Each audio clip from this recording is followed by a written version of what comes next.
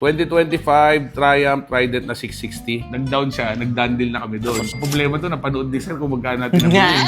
Kaya na yun. So nakuha natin yan, 375. Sound check natin. Ha?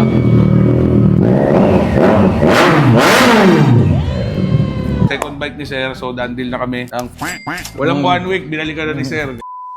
So guys, first transaction of the day. So bumalik na yung buyer natin. Kung naalala nyo yung binenta nating BMW GS na 750cc. So ngayon guys, nandito sila. Kukunin na nila ngayon yung Triumph na Trident na 660. So dalawang motor pinili nila sa atin. Pero nag-down lang sila sa isa. Ngayon kukunin na nila. Sir Jason. So sila yung bumili ng BMW GS 750 natin. Tapos di pa sila nakakaalis nun. Dinaw na niya nakaagad yung ating Triumph Trident na 660. Hindi namin magda-down deal kasi nag-down siya. Nag-down deal na kami doon. So problema to, napanood din sir kung magkano natin nabili.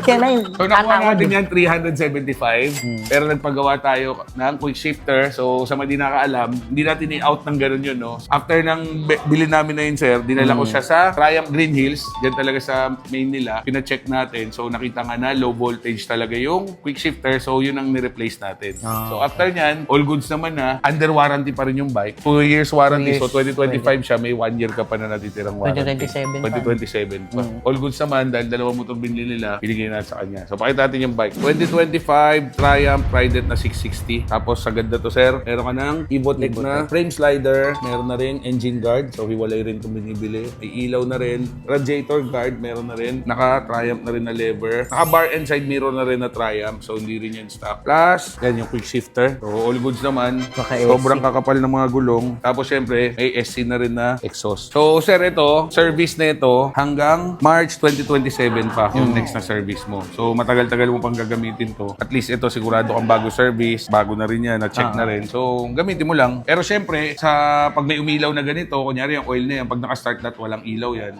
sabihin, pwedeng kulang ka sa oil. So yun na lang yung mga i-check mo na basic. Plus yung temperature mo pagka tumaas. Pero dapat walang mangyaring gano'n kasi halos brand new naman ito. So yun, second bike ni sir, so done deal na kami ng 440,000 sa Triumph Trident 660. So sir, syempre dahil bumili ka ulit sa akin, may freebies ka ulit. So syempre, sound check natin.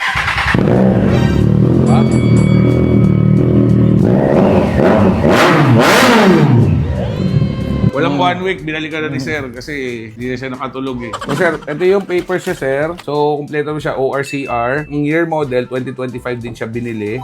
Tapos, naka-registered siya hanggang June 2028. So, 2 years mo pa gagamitin sir. Tapos, kumpleto naman yung deed of sale plus yung IDs. Siyempre sir, meron din siyang spare key. So, ito yung kanyang duplicate key. Yung booklet niya, na ito yung kasama niya. Plus, siyempre, pag bumili ka sa amin sir ng motor, siyempre, meron kang dandil na cup. So, ito dandil cup. Meron ka, pangalawa na ni sir. Pangalawa na to. 5,000 discount kay Flicker Tech pag nagpa-PPF ka kahit kotse or motor. Meron kang less 5,000 discount kay Motor Clyde Training Center any riding course. Tsaka less 2,500 kay Coach Mel Aquino sa Motorcycle Riding School Philippines. Tsaka 20% discount kay Zeus Exhaust pag nagpatambucho ka sa kanya. Plus, meron kang MTX na protectant, tire cream, tsaka shampoo. Okay, sir. So, yun. Sir, congrats ha. Thank you. Thank you.